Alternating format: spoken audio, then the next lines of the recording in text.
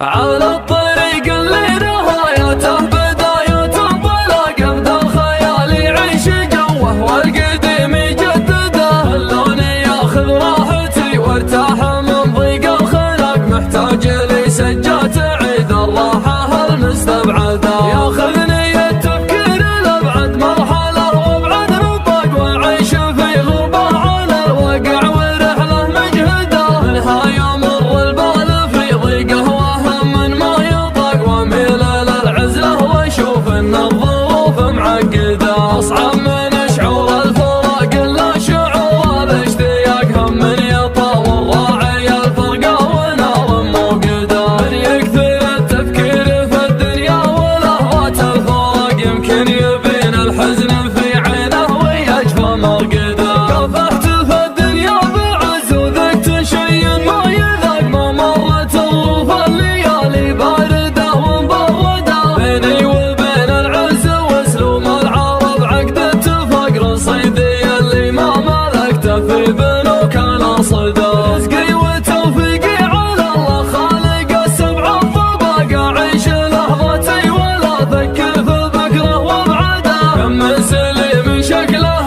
معافى وتفكيره معاق، يمشي على البيدا برجلينه وعقله في يده، اللي ينفتح للشر باب يصير كانه في سباق، واللي نصيته في مجال الخير كانك تطرده، الخير والمعروف ما يجزى بصده وانشقاق، على الاقل اللي تجمل فيك احد لا تجحده، هيا الرفيق اللي لي ضاقت علي الارض ضاق، يسعدني اللي شفته اسعد واحد الله يسعده، صدره خلي من الحسد والحقد واسلوب النفاق، لا شفته بقضيقة الخاطر عساني مفقده، المدح مثل العود الازرق ما يمد ولا يساق، الا على قرم علومه بالفعول موكده، صدبوا جنبه صخيف وصدبوا كفه رقاق، علي الثماني ما يجنب لين يبلغ مقصده، اسمر مع اهل المرجله ما هو سريع على احتراق، يوم الاسامي بعضها بالانقراض مهدده،